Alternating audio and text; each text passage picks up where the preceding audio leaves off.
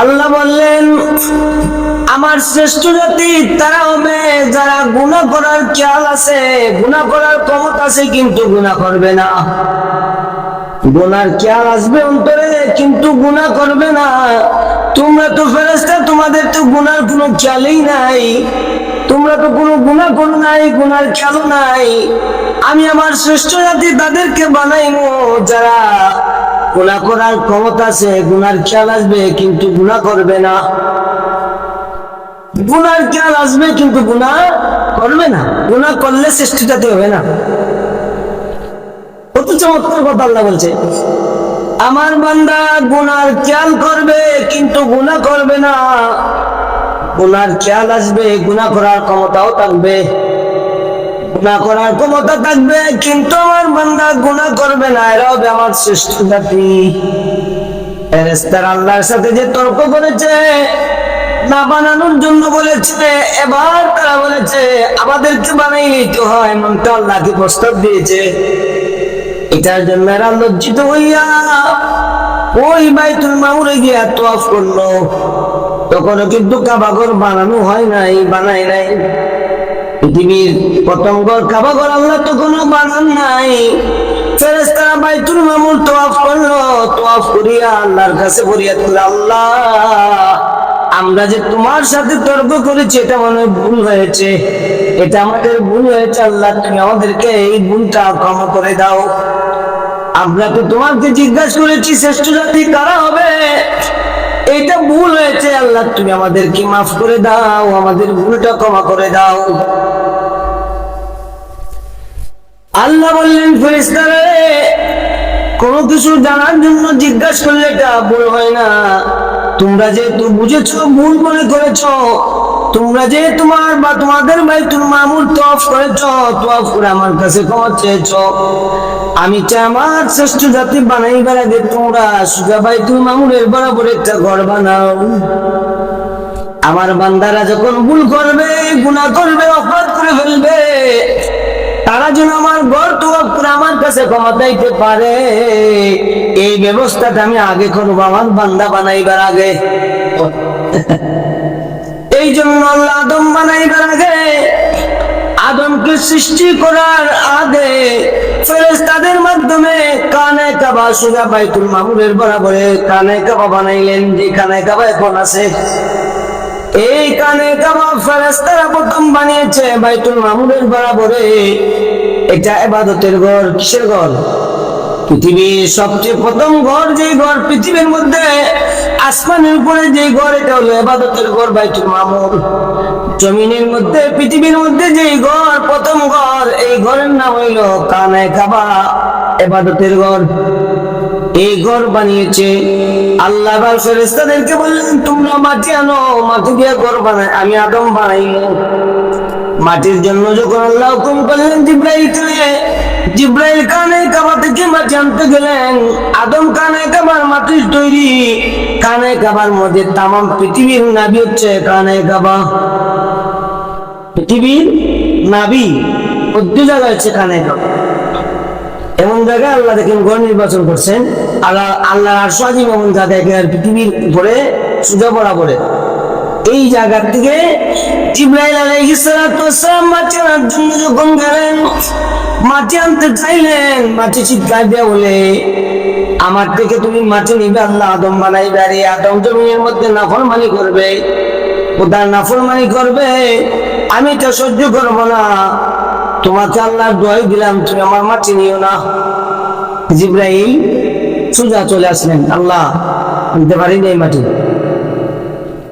মাটি তো খানতে দেয় না। এবার আল্লাহ রাব্বুল আলামিন ইসরাফিলকে পাঠাইলেন।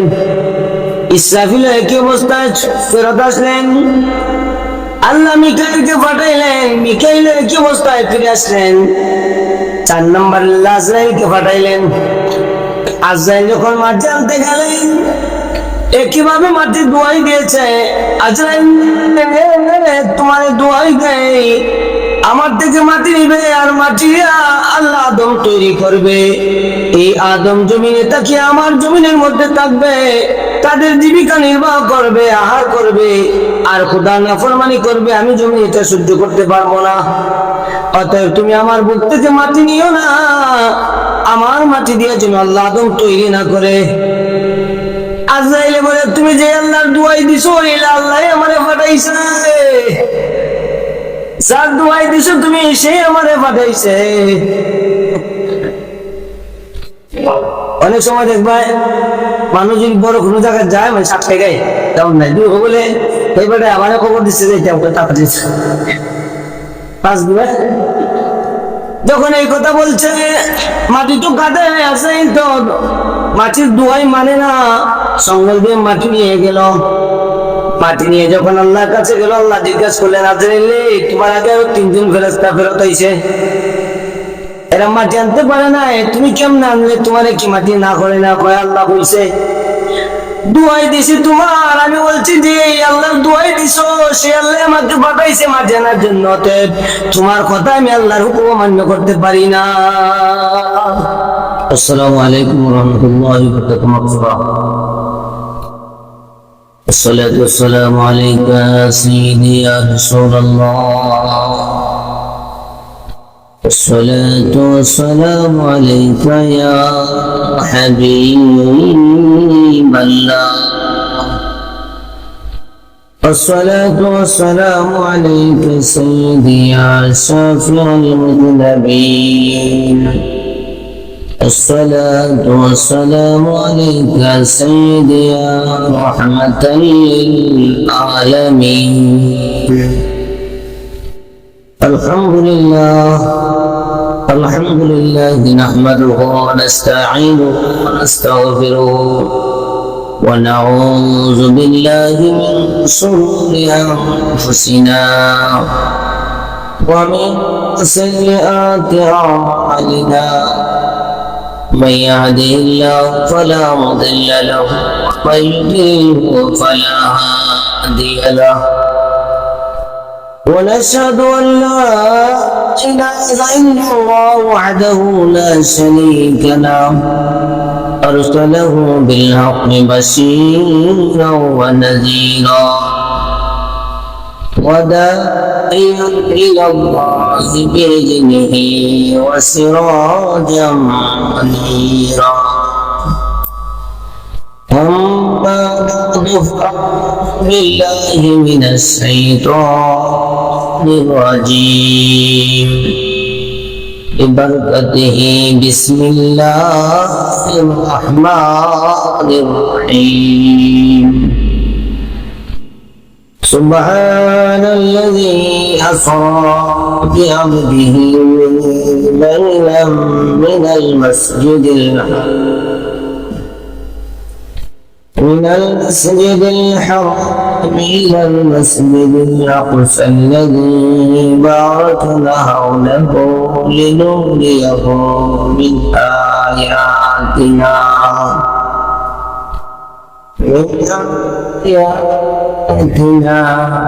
إنه هو السميع البصير.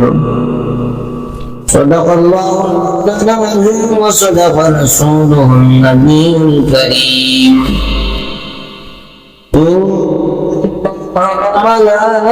ملائكته يصلون على النبي يا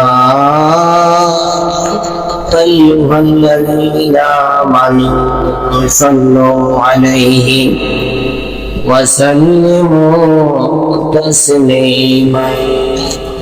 اللهم صل على سيدنا مولانا محمد وعلى آل سيدنا مولانا. আসমান জমি সৃষ্টির মাঝে কিছু ছিল না যখন জাতি নূরের জ্যোতি দিয়া আপনাকে করেন সৃজন আল্লাহ সাল্লি আলা সাইয়্যিদিনা মাওলানা ওয়া আলা আলি সাইয়্যিদিনা মাওলানা জীবনে মশাসি বসল না রে জীবনে সেই বদনে মারল পাথর দুষ্ট কাফের বেঈমানে আল্লাহ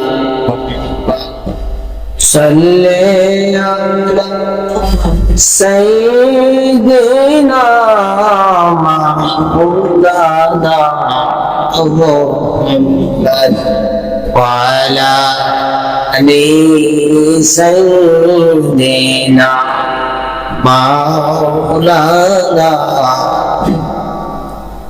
তায়েফেতে গেলেন নবীজি ইসলাম প্রচার করিতে দুষ্ট কাফের মারল পাথর নবীজির গায়েতে আল্লাহুম্মা সাল্লি আলা সাইয়্যিদিনা مولانا محمد وعلى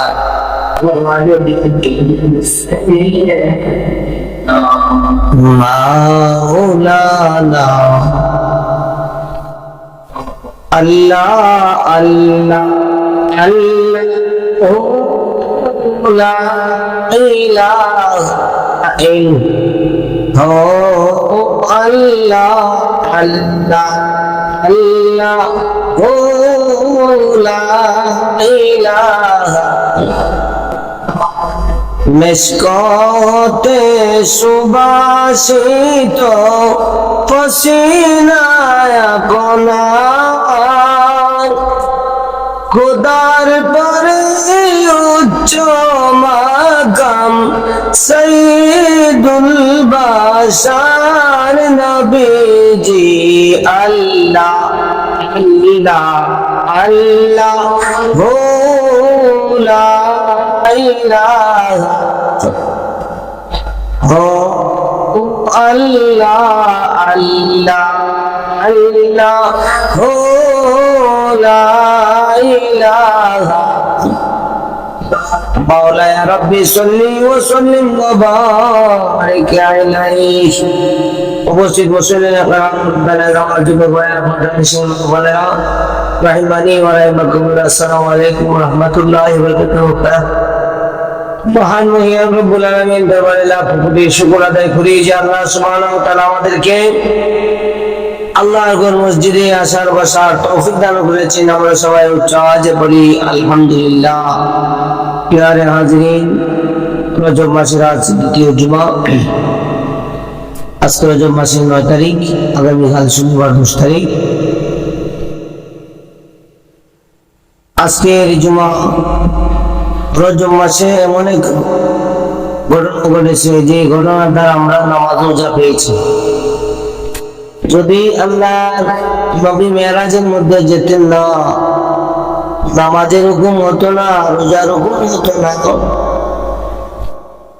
মেরাজের মাধ্যমে আমরা নামাজ পেয়েছি 50 ওয়াক্ত। আল্লাহ বলেছে 50 ওয়াক্ত, আমরা আদায় করি 5 ওয়াক্ত। 5 ওয়াক্ত যদি কেউ সঠিক ভাবে আদায় করে সব কিন্তু 5 ওয়াক্ত হবে না, সব হবে 50 ওয়াক্ত। যেহেতু আল্লাহর কুদরতি জবানে আইসে 50 দিন। ওই মেরাজ, আল্লাহ নবী মেরাজ হচ্ছে অন্যতম একটা মুজিজা। মেরাজ হচ্ছে রাসূল করিম সাল্লাল্লাহু তাআলা আলাইহি সাল্লাতু ওয়াসাল্লামের অনন্য একটা মুজিজা। শুধু মুজিজা না, মেরাজের মাধ্যমে আল্লাহ আল্লাহর হাবিবের শান প্রকাশ করেছেন। বলেন সুবহানাল্লাহ। মেরাজের ঘটনার শুরুতে আল্লাহ সুবহানাহু ওয়া তাআলা নিজেই বলেন সুবহান। আশ্চর্যের একটা ঘটনা। আমরা সুবহানাল্লাহ বলে যখন কোনো আশ্চর্য সংবাদ পাই, আশ্চর্যের কোন সংবাদ পাইলে বলি সুবহানাল্লাহ। কোন সংবাদ শুনলে আমরা বলি নাউযুবিল্লাহ। হ্যাঁ, আর যদি আমরা ভালো কোন সংবাদ শুনি বলি আলহামদুলিল্লাহ। ছেলে পরীক্ষা পাস করছে কিনা বলি মাশাআল্লাহ। আল্লাহ রাব্বুল আলামিন নিজে বলেন সুবহান। আমি যদি প্রশ্ন করি প্রভু গো পারলে আপনি সুবহান কেন বলেন, আল্লাহ জবাব দিবেন এমন একটা ঘটনা, আশ্চর্যের ঘটনা, আশ্চর্যের ঘটনা হইতেই পারে না।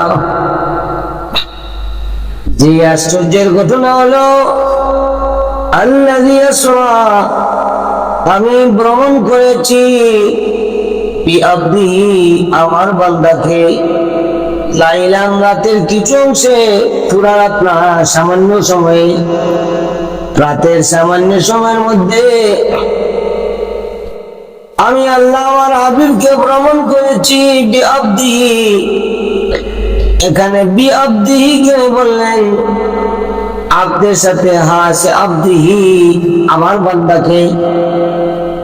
আল্লাহ, আমি যদি বলি আল্লাহ তুমি বিআবদিহি না বলে যদি বিরসুলি বলতে, তাইলে তো রসুলের শান প্রকাশ হইতো। আল্লাহ বলেন বিআবদ, আব্দ বলা হয় এমন বান্দাকে যে বান্দার রূহ এবং বডি একসাথে আছে, তাকে বলা হয় আব্দ, বান্দা। যার থেকে রূহ বাহির হয়ে যায় তারে মানুষ বান্দা বলে না, তারে আব্দ বলে না, তারে বলে লাশ। মানুষ মারা যাওয়ার পরে বলে না বান্দা বলে না, তখন সে হয়ে যায় লাশ। মানুষ যখন যায় লাশ দেখতে, লাশ দেখে আছে, লাশ গোসল করাও, নাম লাশ, লাশকে গোসল করাও, দাফন করাও, দাফন করাও, সবসময় ব্যবহার হইতেছে লাশ। কেন লাশ? তার ভিতরে আর এখন প্রাণ নাই। যদি প্রাণ থাকতো তাইলে তার নাম হইতো আব্দুল কাদির, আল্লাহর বান্দা। যেহেতু রূহ নাই, রূহ চলে যাওয়ার কারণে বান্দার নাম পরিবর্তন হয়ে আব্দুল করিমের নাম পরিবর্তন হয়ে গেল লাশ। আল্লাহ বলেন আব্দ কেন আল্লাহ ব্যবহার করেছেন? জগতের মানুষকে বলেন, কিছু মানুষ আছে যারা বলবে আমার নবীকে, নবীজি সশরীরে মেরাজে আসেন নাই, আমার কাছে আসেন নাই, রুহানি ভাবে তোমার স্বপ্নে এসেছেন, এইরকম ধারণা করবে। এই জন্য আল্লাহ বলেন আমি আবসা রাসূল ব্যবহার করি নাই, রাসূল শব্দ ব্যবহার করি নাই। এই জন্য হ্যাঁ, মানুষেরা বলবে রসুলের জন্য সম্ভব। বান্দা আব্দ বলেছেন যাতে মানুষেরা নবীর মেরাজকে সশরীরে অস্বীকার করতে না পারে। তাইলে আমরা কোরআনের আয়াত দেয়া এতটুকু জানলাম যে আগে রসুল সশরীরে মেরাজে গিয়েছেন, নবীজি সশরীরে মেরাজে গিয়েছেন, এটা আমরা বুঝতে পারলাম। লাইলান, রাতের কিছু অংশ, মিনাল মসজিদিল হারাম, কানে কাবা থেকে, মসজিদে হারাম থেকে, ইলাল মসজিদে আকসা, মসজিদে আকসায় নিয়েছেন।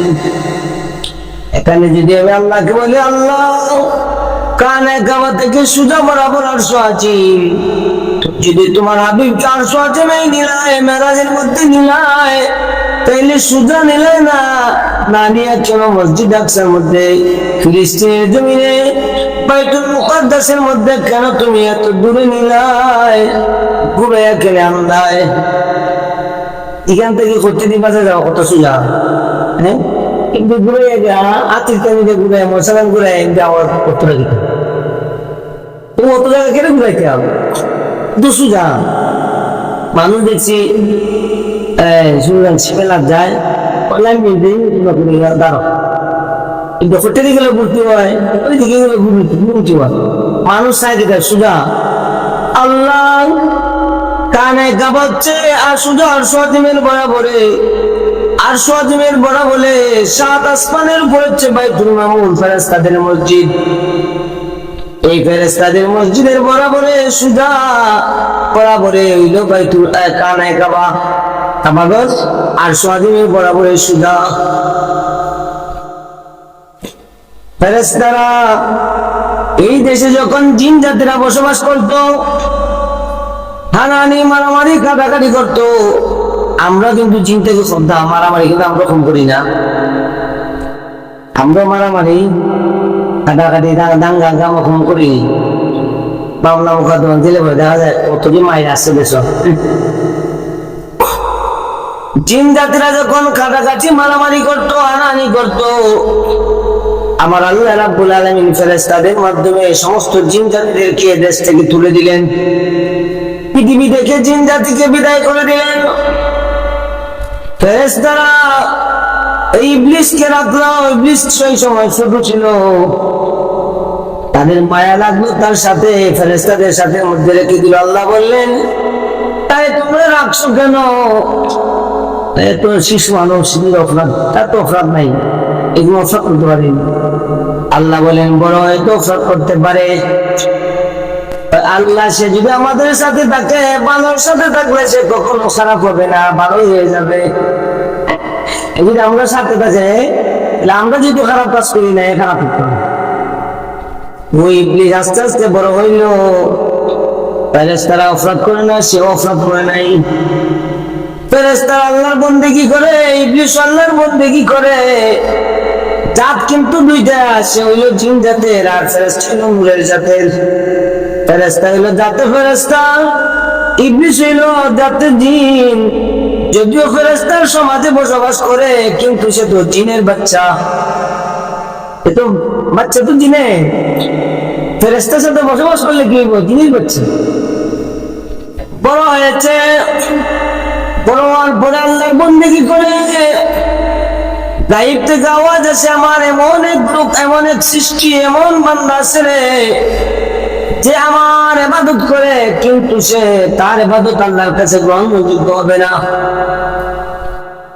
প্রশ্ন করতো সেই লোকটাকে পরিচয় হইতো না জানা যাইতো না ইবলিসের বন্দিগি হইল এমন এক একটা সেজদার মধ্যে হাজার হাজার বছর চলে গেছে সেজদায় পড়ে রয়েছে হায়াত পেয়েছে 9 লক্ষ 9.5 লক্ষ বছরের বয়স পেয়েছে এক দুই দিন ইবাদত করে নাই 9 লক্ষ 9.5 লক্ষ বছর ইবাদত করেছে ইবাদতের দ্বারা ফেরেশতাদের শান মর্যাদা সে দিন গেছে তার মর্যাদা অনেক ইবাদতকারী লোক এত ইবাদত করেছে এত বন্দেগী করেছে পৃথিবীর এমন কোন জায়গা নাই যেখানে বিশেষ শ্রদ্ধা দেয় নাই সব জায়গায় সেজদা করেছে ইবলিস এবার পরিবেশ খুব শান্ত শিষ্ট সবাই আল্লাহর বন্দেগী করে হঠাৎ করে আল্লাহ ফেরেশতাদের সাথে পরামর্শ করতে লাগলেন ফেরেশতারা রে আমি আমার প্রতিনিধি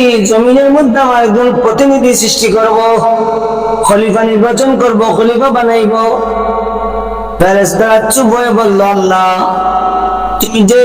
তুমি যে প্রতিনিধি বানাইবা এত মারামারি কাটাকাটি হানাহানি করতে পারে একজন একজনে মারামারি করবো কাটাকাটি করবো তুমি যে শ্রেষ্ঠ জাতি বানাইবা আমাদেরকে শ্রেষ্ঠ জাতি বানাইলেই তো হয় ইঙ্গিতে বলছে যে আমরা তো তোমার প্রশংসা করি তোমার তাসবিহ করি ফেরেশতারা বলল আমরা তো তোমার তাসবিহ করি প্রশংসা করি আমাদেরকে বানাইলেই তো হয় এটা বুঝাইছে আল্লাহ বললেন আমার শ্রেষ্ঠ জাতি তারা হবে যারা গুনাহ করার খেয়াল আছে গুনাহ করার ক্ষমতা আছে কিন্তু গুনাহ করবে না গুনার খেয়াল আসবে অন্তরে কিন্তু গুনাহ করবে না। তোমরা তো ফেরেশতা, তোমাদের তো গুনার কোনো খেয়ালই নাই, তোমরা তো কোনো গুনাহ করো নাই, গুনার খেয়ালও নাই। আমি আমার শ্রেষ্ঠ জাতি তাদেরকে বানাইবো যারা গুনাহ করার ক্ষমতা আছে, গুনার খেয়াল আসবে কিন্তু গুনাহ করবে না। গুনার খেয়াল আসবে কিন্তু গুনাহ করবে না, গুনাহ করলে শ্রেষ্ঠ জাতি হবে না। কত চমৎকার কথা আল্লাহ বলছে, আমার বান্দা গুনার খেয়াল করবে কিন্তু গুনাহ করবে না। গুনার খেয়াল আসবে, গুনাহ করার ক্ষমতাও থাকবে, গুনাহ করার ক্ষমতা থাকবে কিন্তু আমার বান্দা গুনাহ করবে না। এরা হবে আমার শ্রেষ্ঠ জাতি। ফেরেশতারা আল্লাহর সাথে যে তর্ক করেছে, না বানানোর জন্য বলেছে, এবার তারা বলেছে আমাদেরকে বানাইলেই তো হয়, এমনটা আল্লাহকে প্রস্তাব দিয়েছে। এটার জন্য এরা লজ্জিত হইয়া ওই বাইতুল মামুরে গিয়া তওয়াফ করলো। তখনও কিন্তু কাবাঘর বানানো হয় নাই, বানাই নাই। পৃথিবীর প্রথম ঘর কাবাঘর আল্লাহ তখনও বানান নাই।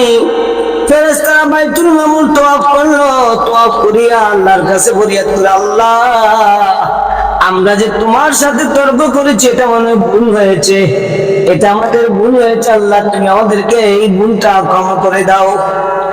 আমরা তো তোমাকে জিজ্ঞাসা করেছি শ্রেষ্ঠ জাতি কারা হবে, এইটা ভুল হয়েছে, আল্লাহ তুমি আমাদেরকে মাফ করে দাও, আমাদের ভুলটা ক্ষমা করে দাও। আল্লাহ বললেন ফেরেশতারা কোনো কিছু জানার জন্য জিজ্ঞাসা করলে এটা ভুল হয় না। তোমরা যেহেতু বুঝেছো, ভুল মনে করেছো, তোমরা যে তোমার বা তোমাদের বাইতুল মামুর তওয়াফ করেছো, তওয়াফ করে আমার কাছে ক্ষমা চেয়েছো, আমি চাই আমার শ্রেষ্ঠ জাতি বানাইবার আগে তোমরা সোজা বাইতুল মামুরের বরাবর একটা ঘর বানাও। আমার বান্দারা যখন ভুল করবে, গুনাহ করবে, অপরাধ করে ফেলবে, তারা যেন আমার ঘর তওয়াফ করে আমার কাছে ক্ষমা চাইতে পারে, এই ব্যবস্থাটা আমি আগে করবো আমার বান্দা বানাইবার আগে। এই জন্য আল্লাহ আদম বানাইবার আগে, আদমকে সৃষ্টি করার আগে ফেরেশতাদের মাধ্যমে কানে কাবা সোজা বাইতুল মামুরের বরাবরে কানে কাবা বানাইলেন। যে কানে কাবা এখন আছে, এই কানে কাবা ফেরেশতারা প্রথম বানিয়েছে বাইতুল মামুরের বরাবরে। এটা ইবাদতের ঘর। কিসের ঘর? পৃথিবীর সবচেয়ে প্রথম ঘর, যে ঘর পৃথিবীর মধ্যে আসমানের উপরে যে ঘর, এটা হলো ইবাদতের ঘর বাইতুল মামুর। জমিনের মধ্যে, পৃথিবীর মধ্যে যে ঘর, প্রথম ঘর, এই ঘরের নাম হইল কানে কাবা, ইবাদতের ঘর।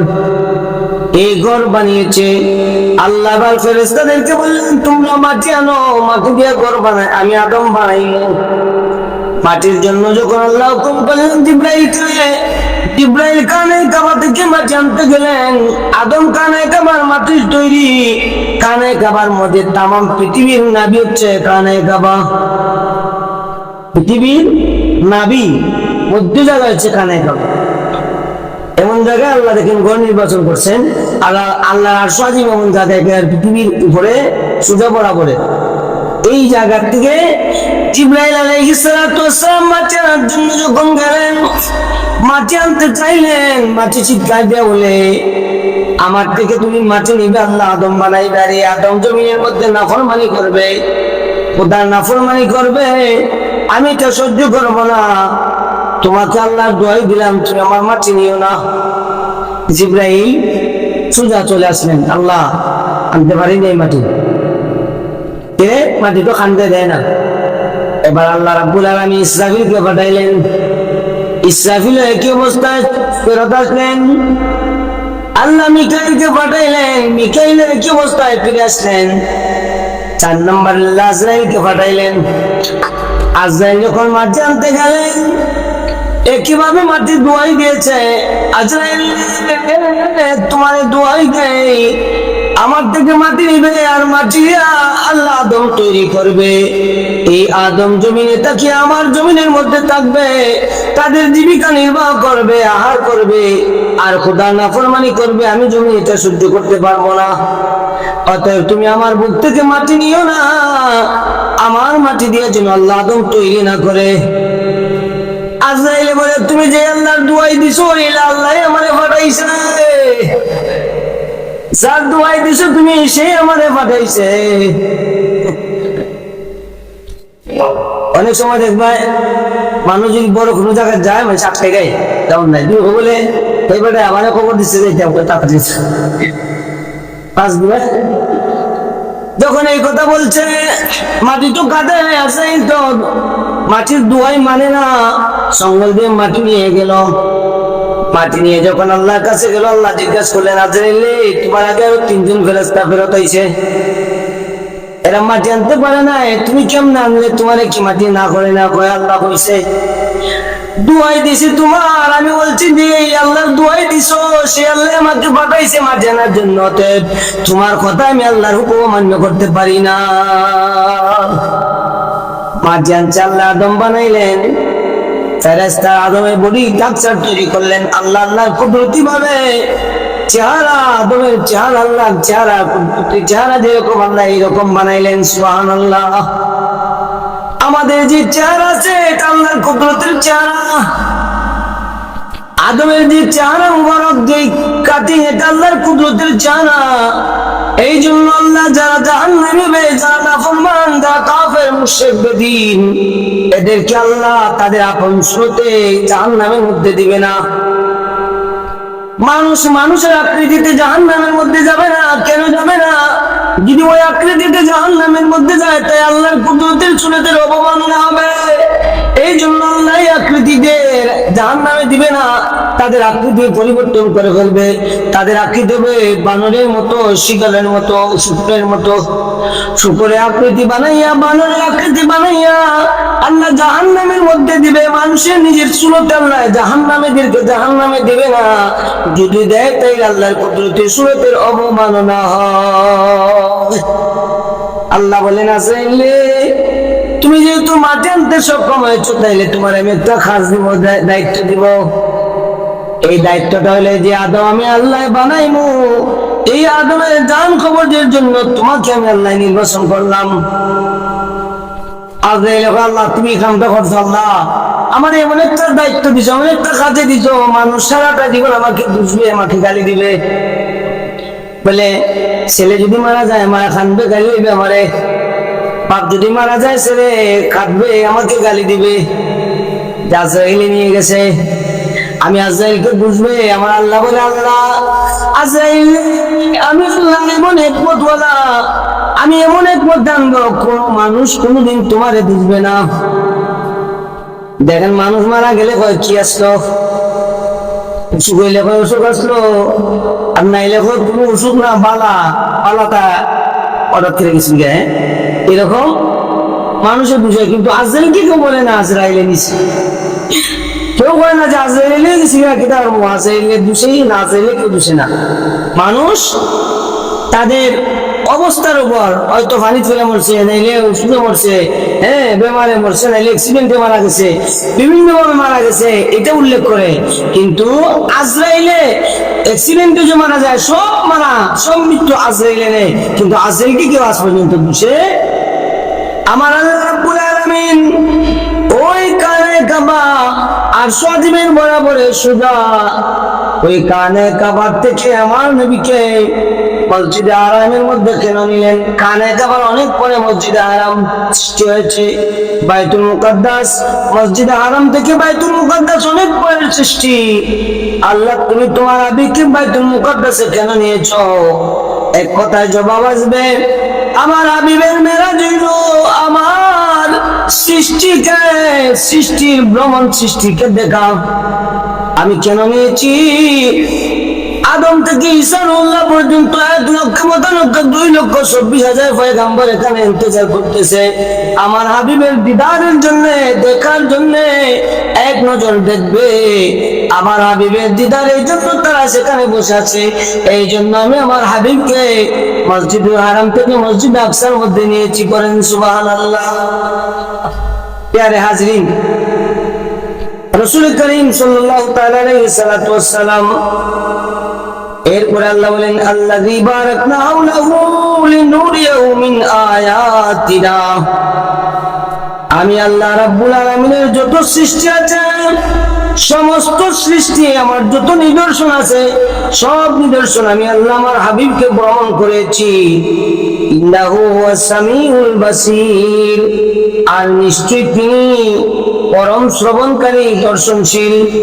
আল্লাহ রাব্বুল আলামিন আল্লাহর হাবিবকে মেরাজের মধ্যে নিয়ে নবীজির যত শান আজমত ছিল প্রকাশ করেছেন, আল্লাহর কুদরতে সব কিছু দেখেছেন। রাসূল কারীম মেরাজের মধ্যে গিয়ে কি দেখছেন, কি দেখছেন সবগুলো এসে বর্ণনা দিয়েছেন। আল্লাহ বাসাইলে ইনশাআল্লাহ ধারাবাহিক এইগুলো আপনাদের সামনে আগামী জুমায় ধারাবাহিক বলবো যতটুকু পারা যায়। হ্যাঁ, এক জুমা শেষ না হলে আরেক জুমা আছে, জুমার মধ্যে মেরাজের ঘটনা ইনশাআল্লাহ আপনাদের সামনে শেষ করব। তো রাসূল করিম সাল্লাল্লাহু তাআলা আলাইহি সাল্লাতু ওয়াসসালাম আল্লাহ নবীর শান আজমত চিনছে না কাফেরেরা। রাসূল করিম সাল্লাল্লাহু আলাইহি সাল্লাম কুরআন নাজিলের আগে, কুরআন নাজিল হয়েছে 40 বছর পরে, 40 বছরের আগে কাফেরের আল্লাহ নবী কি কোনোদিন গালি দেয় নাই? গালি দেয় নাই, বরং বলছে আলামিন, তিনি বিশ্বাসী।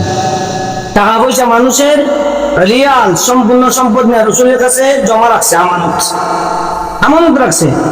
আবু জাহেল কোনদিন গালি দেয় নাই। যেই আল্লাহর নবী আল্লাহ যখন কোরআন নাজিল করলেন, রাসূল নবুয়ত প্রকাশ করলেন, কোরআন নাজিল হইল, এক আল্লাহর দাওয়াত দিলেন, তখন তারা রাত্রে বলল আমরা যদি এক আল্লাহকে মানি তাহলে আমাদের যে 360 মূর্তি আছে, 360 কোটা, আমরা এক এক সময় এক এক কোটার পূজা করি। গরমের সময় কোটার পূজা করি, শীতের সময় আরেক কোটার পূজা করি। হ্যাঁ, ভালো পশু করলে এক কোটার পূজা করি, ভালো থাকলে আরেক কোটার পূজা করি, লেখাপড়ার লাগে এক কোটার পূজা করি। এই যে 360 কোটা আছে আমাদের, এই কোটাগুলার কি অবস্থা হবে? আমরা এক আল্লাহকে মানতে পারি না। তখন থেকে তারা আমার নবীর বিরুদ্ধে হয়ে লাগলো। রাসূল যখন বললেন আমি নবী, সবার আগে আবু জাহেলের বক্তব্য হইল, এই বক্তব্যের উপরে আবু জাহেলের বক্তব্য হইল নবী যদি হইতে হয় তাহলে আমি হবো, আমার নাম আবুল হেকম, আমি জ্ঞানীর পিতা। মুহাম্মদ তো কোনোদিন লেখাপড়া করে নাই, কোনো প্রতিষ্ঠানে বারিন্দা যায় নাই, মুহাম্মদ কিভাবে নবী হবে? মুহাম্মদ হচ্ছে আব্দুল্লাহর বেটা মুহাম্মদ। আবু জাহেলের বক্তব্য হলো আব্দুল্লাহর বেটা মুহাম্মদ, অর্থাৎ নবীজিকে শান নিয়ে কোনো কথা আবু জাহেল বলে নাই। বর্তমানেও আমরা দেখতেছি আবু জাহেল যেভাবে নবীর সাথে ব্যবহার করতো, যেভাবে কথা বলতো, কাফেররা আমার নবীকে হেয় প্রতিপন্ন করে বিভিন্ন ভাষায় ডাকতো। এর একটা ভাষা হইল আল্লাহ নবী খাদিজাতুল কুবরা রাদিয়াল্লাহু তাআলা আনহা ছাগল চড়াইছেন, যারা ছাগল রাখে তাদেরকে রাখাল বলা হয়। নবীজির একটা নাম হচ্ছে রাইনা, এর দুইটা অর্থ, একটা হচ্ছে রাইনা অর্থ আমাদের দিকে তাকান, আমাদের দিকে দৃষ্টি দেন। সাহাবায়ে কেরাম আল্লাহ নবীকে রাইনা বলতো, এর অর্থ হইল ইয়া রাসূলুল্লাহ আমাদের দিকে দৃষ্টি দেন, আমার কথা আমাদের দিকে তাকান। আর রাইনা একটা শব্দ, আরেকটা অর্থ হইল রাখাল। সেই সুযোগে কাফেররা নবীকে রাখাল বলে ডাকতে শুরু করলো। রাইনা হেয় প্রতিপন্ন করে কাফেররা ডাকে রাখাল বলে, রাইনা বলে, রাখাল বলে রাইনা বললে ডাকতেছে, রাখাল শব্দ সম্বোধন করে হেয় প্রতিপন্ন করে। আমার আল্লাহ তো কাফেরের মনের কথা জানেন। কাফেররা যেহেতু রাইনা বলতেছে, সাহাবীরাও রাইনা বলতেছে, সাহাবীদের রাইনা বলার মধ্যে তাজিম আছে, সম্মান আছে, কাফেরদের মধ্যে প্রতিপন্ন আছে। আল্লাহ কোরআনের আয়াত, কোরআনের শব্দ বদলাইয়া বলছেন, সাহাবীরা রে, ও আমার ইমানদারেরা, ইমানদার বান্দারা, তোমরা আজ থেকে আমার বন্ধুকে রাইনা বলবে না, তোমরা বলো উনজুরুন, আমাদের দিকে দৃষ্টি দেন। লা তাকুলু রাইনা, তোমরা রাইনা বলিও না, তোমরা বলো উনজুরুন, আমাদের দিকে দৃষ্টি দেন। শব্দ আল্লাহ পাল্টাই দিলেন। কেন দিলেন? কাফেররা কি শব্দ দিয়ে আমার নবীর শানে আঘাত করতেছে, হেয় প্রতিপন্ন করতেছে। আমার আল্লাহ বলেন কাফেররা যেহেতু প্রতিপন্ন, হেয় প্রতিপন্ন করে, তোমাদেরকে আমি আল্লাহ বলে দিলাম তোমরা রাইনা বলে ডাকবেই না। 14 1400 বছর পরে 1500 বছর পরে সে অনেক ডক্টরদারি নামদারি শিক্ষিত মানুষেরা দেখতেছে আমার নবীকে রাইনা বলতেছে, কাউবয় বলতেছে, রাখাল বলতেছে। ওই যুগে কাফেররা যেভাবে রাখাল বলতো ওই যুগেও তারা রাখাল বলে। বোঝা গেল তাদের সাথে আমাদের সাথে কোনো তফাৎ নাই। তারা যেভাবে কাফের ছিল ওরাও সেইভাবে কাফের। পার্থক্য হইল ওরা নামাজ পড়তো না, ওরা নামাজ পড়ে। পার্থক্য হইল ওরা ধর্মের নাম নিত না, ওরা ধর্মের নাম নেয়। এরা ধর্মকে ব্যবহার করে মূলত তাদের মতোই নবীর শানে আঘাত করতেছে। আমরা ইমানদাররা সাহাবায়ে কেরামদেরকে আল্লাহ যেভাবে নিষেধ করে দিয়েছেন নবীকে প্রতিপন্ন করে ডাকা যাবে না, আমরাও সেইভাবে কখনো কোনো পশ্চিমকালো নবীর শানে, নবীর সাহাবীদের শানে, ফান্নাতুনের শানে এহানত হয় এমন কোনো কথা আমরা বলবো না। আল্লাহ রাব্বুল আলামিন আমাদের সকলকে বুঝে শুনে ঈমান নিয়ে কবরে যাওয়ার তৌফিক দান আমরা সবাই বলি আমিন। আমাদের কোন কথায় ঈমান চলে যায় আমরা জানি না। আল্লাহ সাহাবীদেরকে বলে দিয়েছেন, সাহাবীরা রে তোমরা যেইভাবে একজনকে একজনের ডাকাডাকি করো, বাড়ি থেকে ঘরের দরজায় গিয়ে একজন একজনের ডাকো, আমার হাবিবের বেলায় এইভাবে ডাকিও না। আমার হাবিবের বেলায় তোমরা আমার হাবিবকে এইভাবে ডাকাডাকি করিও না। যদি তোমরা আমার হাবিবকে এইভাবে ডাকাডাকি করো তাইলে শুনো তোমাদের আমল বরবাদ হয়ে যাবে, তোমরা টেরও পাবে না। অর্থাৎ আমরা একে অপরকে যেইভাবে ডাকি, এ আব্দুল করিম, এ আব্দুল রহিম, আব্দুল সালাম, এইদিকে আসো ডাকনি, এইভাবে নবীকে তোমরা ডাকিও না। যদি ডাকো তাইলে তোমাদের আমল বরবাদ হয়ে যাবে, তোমরা টেরও পাবে না। কোরআনে আল্লাহ নিষেধ করে দিয়েছেন তোমরা এইভাবে আমার হাবিবকে ডাকাডাকি করিও না। তো আমরা যদি বিভিন্ন ভাবে এই প্রতিপন্ন করে ডাকি, কোন দিকে আমাদের আমল বরবাদ হয়ে যাবে, ঈমান বরবাদ হয়ে যাবে, আমরা টের পাইবো না। আল্লাহ আমাদেরকে বুঝার তৌফিক দান আমরা সবাই বলি আমিন। ওয়া আখিরু দাওয়ানা আলহামদুলিল্লাহি রাব্বিল আলামিন। আসসালামু আলাইকুম ওয়া রাহমাতুল্লাহি ওয়া বারাকাতুহু।